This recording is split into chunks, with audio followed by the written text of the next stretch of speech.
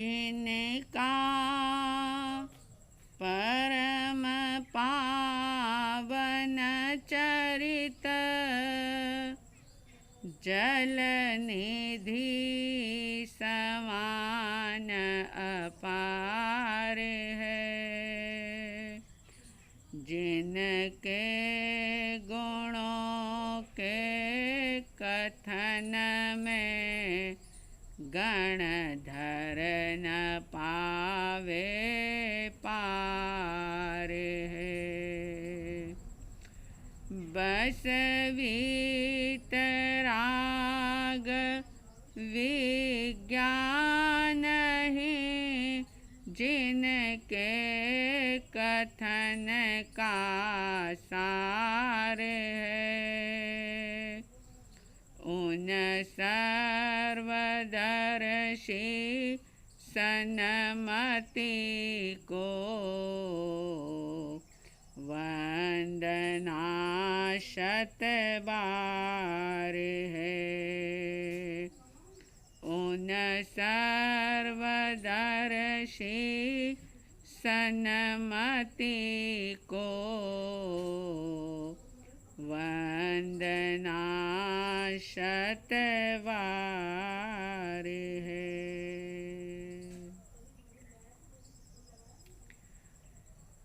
श्रद्धालु जिज्ञासु श्रोताओं, आत्मसिद्धि शास्त्र की चर्चा चल रही है। श्रीमद् राजचंद्र जी का अनहद उपकार है सर्व मुमुक्षु आत्माओं के लिए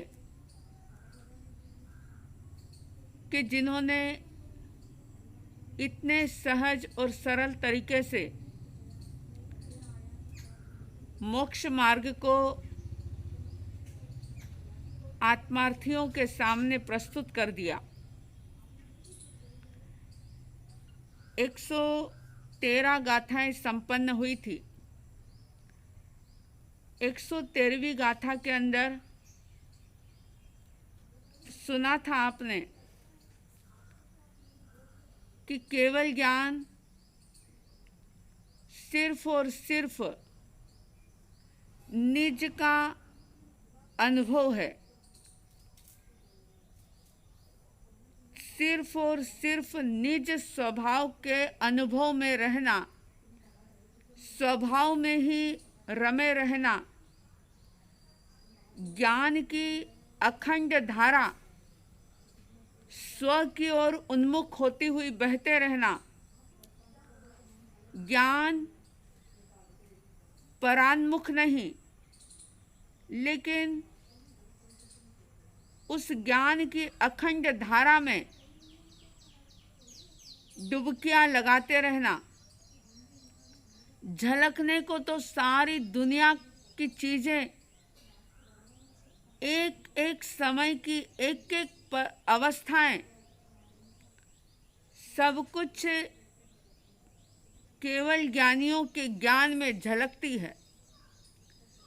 लेकिन फिर भी उन सब चीजों से निरपेक्ष रह करके केवल ज्ञानी निज स्वभाव के आनंद का अनुभव लूटते हैं, आनंद लूटते हैं और देह में रहने के बावजूद भी वे निर्वाण के सुख का अनुभव करते हैं। इस प्रकार से 113वीं गाथा की बात हमने की थी। आइए 114वीं गाथा प्रारंभ करते हैं। 114वीं गाथा जिसमें ये बताया गया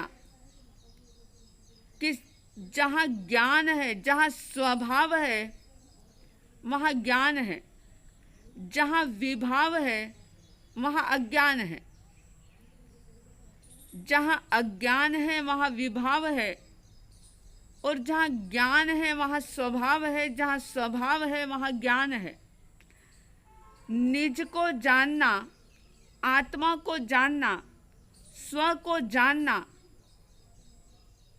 वह स्वभाव है उसी में रमना, स्वभाव, स्व यानी अपना, और पर यानी आत्मा के अलावा जितना भी कुछ है वो सारा पर होता है। तो इस 114वीं गाथा के अंदर श्रीमद जी कह रहे हैं, उदाहरण देकर के समझा रहे हैं, कोटि वर्षनु स्वप्नपण जागृत थतो समान, तेम विभाव अनादिनो ज्ञान थता दूर था। कोटि का मतलब होता है करोड़। बड़ा ही प्यारा उदाहरण दिया। आप सबके जीवन का ये अनुभव है कि कोटि वर्षनु स्वप्नपण मतलब करोड़ वर्षों का स्वप्न भी, सपना भी जागृत थता समाय, जागृत होते ही वह खत्म हो जाता है। जब व्यक्ति अर्ध निद्रित अवस्था में होता है, जब तंद्रा में होता है, तो पूर्व जन्म के कई प्रकार के संस्कार जागृत होते हैं और बहुत सारी घटनाओं को स्वप्न के रूप में व्यक्ति देखता है। कुछ भी स्वप्न आ सकता है क्योंकि संस्कार अनादिकाल के हमारे भीतर में संचित हैं। कोई भी संस्कार जागृत हो सकता है। जब व्यक्ति सोया होता है तो उसकी इंद्रियां, उसका मन यह निष्क्रिय से हो जाते हैं और जब व्यक्ति जागृत होता है तो उसकी इंद्रियां सक्रिय रहती है। प्रवृत्ति जागृत अवस्था में होती है। सुप्त अवस्था के अंदर किसी भी प्रकार की शारीरिक प्रवृत्ति नहीं हो सकती।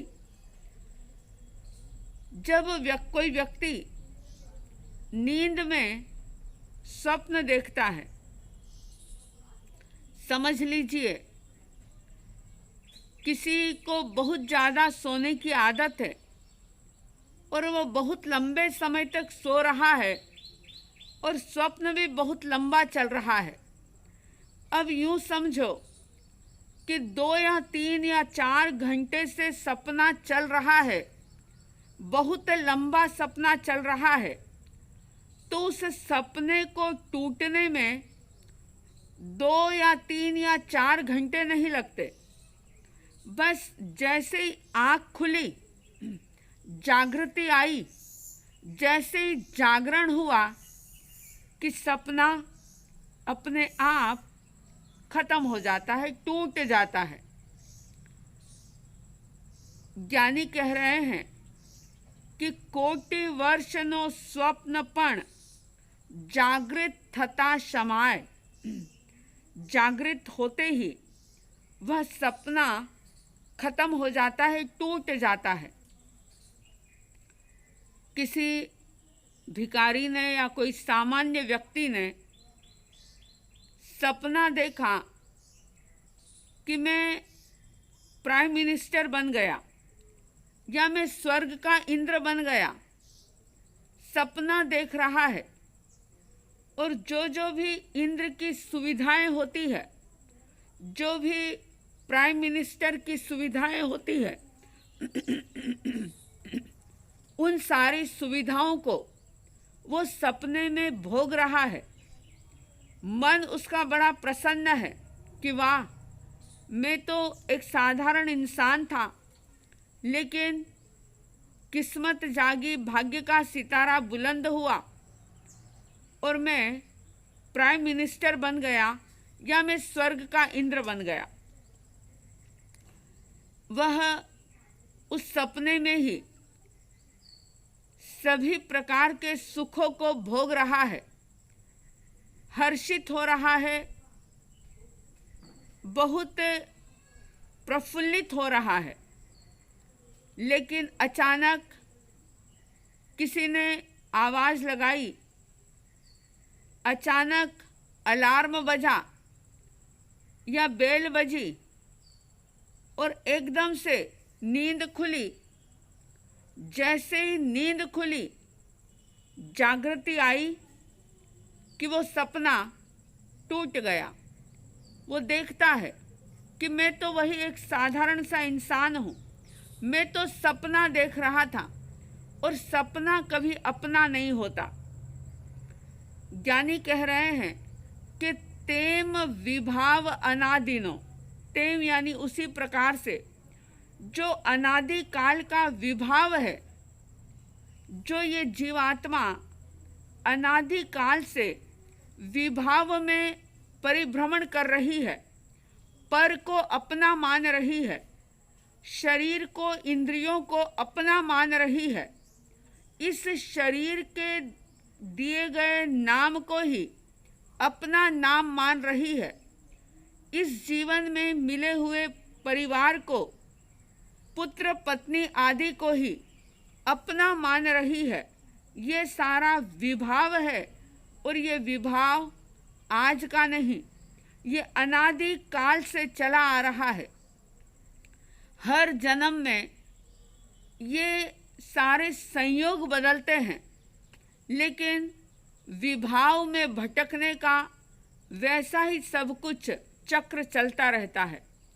लेकिन बहुत विश्वास दिला रहे हैं ज्ञानी भगवंत और कह रहे हैं कि तेम विभाव अनादिनो, ठीक उसी प्रकार से अनादि काल का विभाव भी ज्ञान थता दूर था।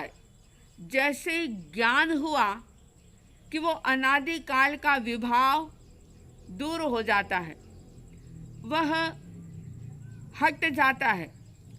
अनादि काल के विभाव को हटने के लिए अनादि काल का या अनंत काल का समय नहीं चाहिए।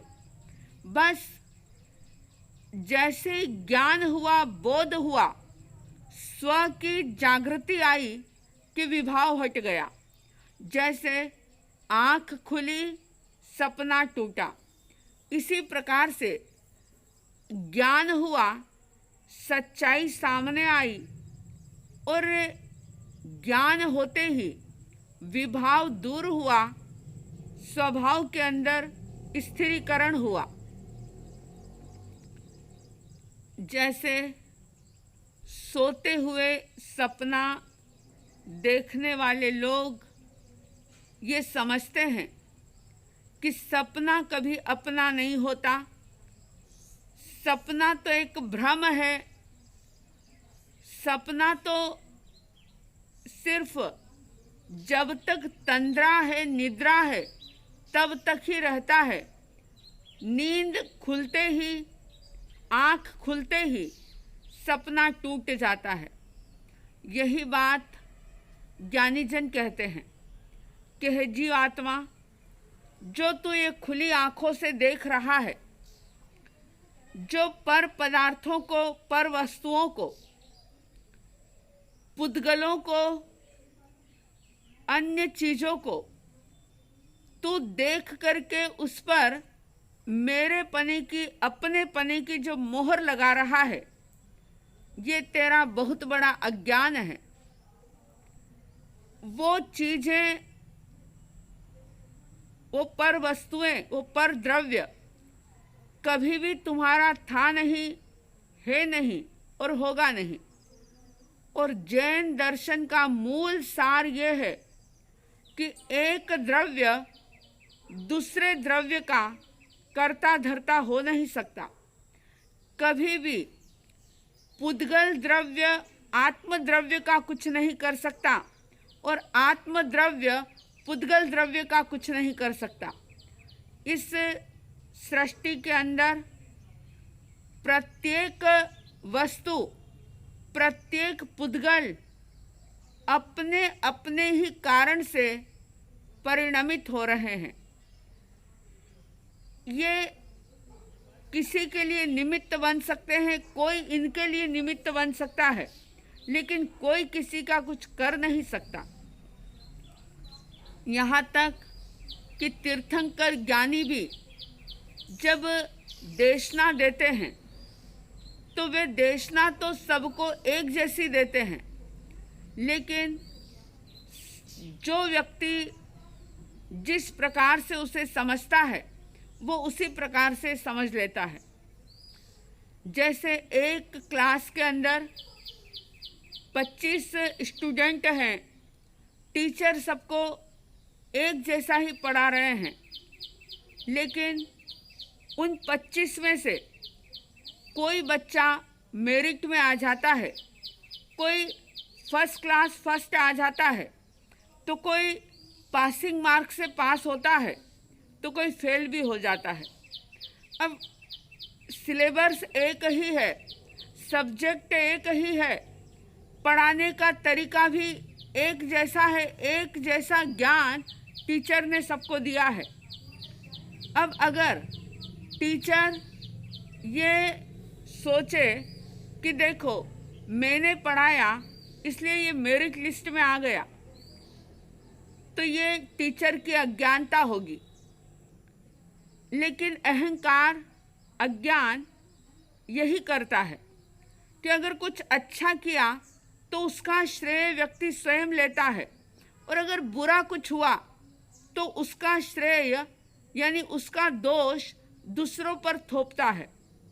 ज्ञानी कहते हैं कि आप किसी के लिए कुछ कर ही नहीं सकते, किसी के भी लिए आप निमित्त बन सकते हो, निमित्त आप हो सकते हो, लेकिन कर्ता नहीं हो सकते। जब ये बात समझ में आ जाती है, जब स्व का बोध हो जाता है और ये बात समझ में आती है, तो फिर व्यक्ति पर में उलझता नहीं, क्योंकि अपने ही निधान का उसे पता लग जाता है।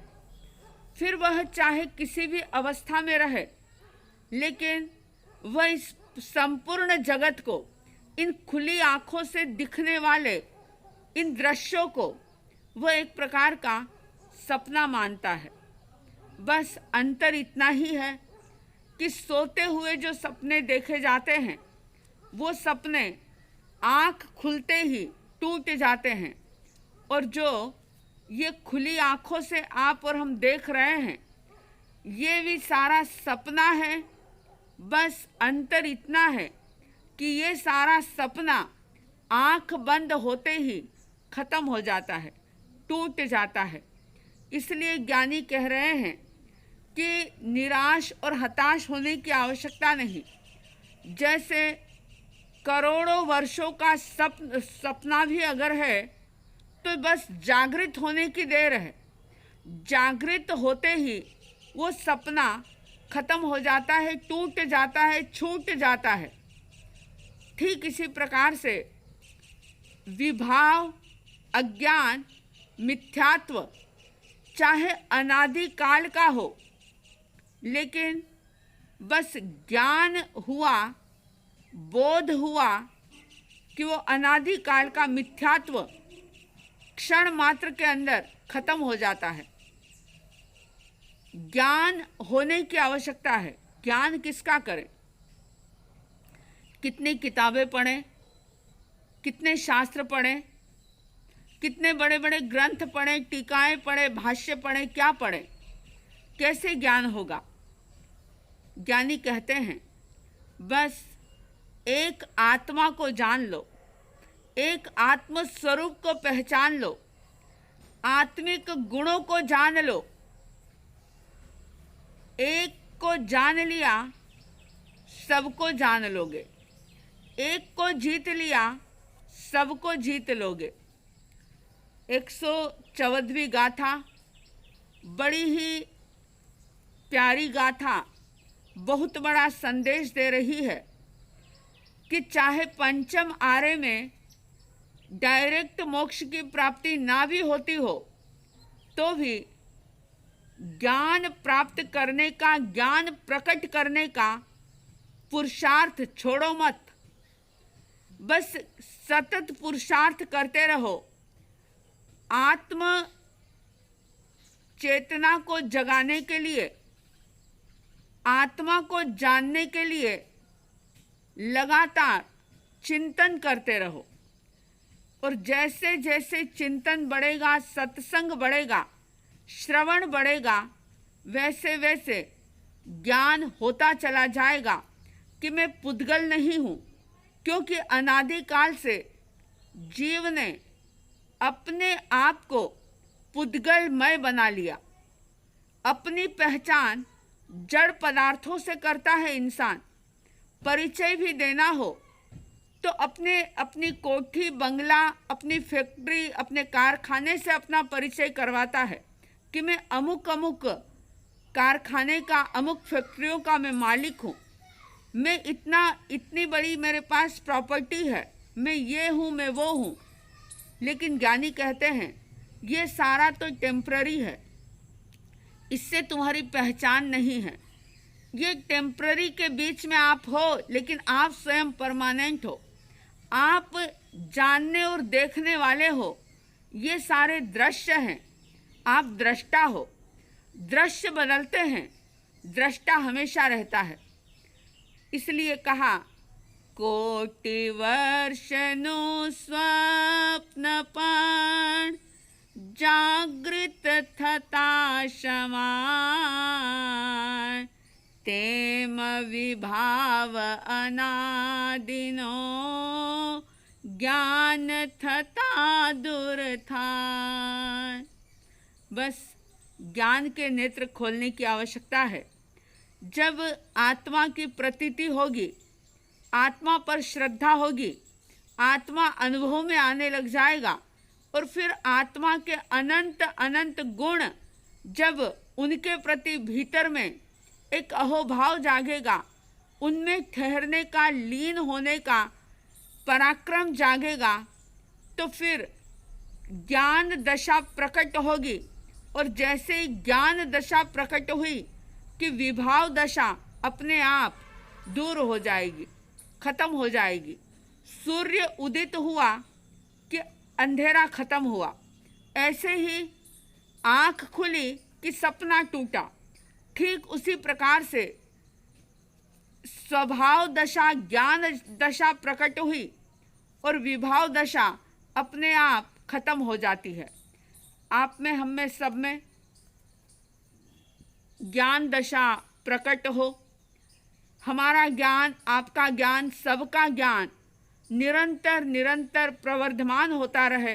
महावीर जय गुरु आनंद।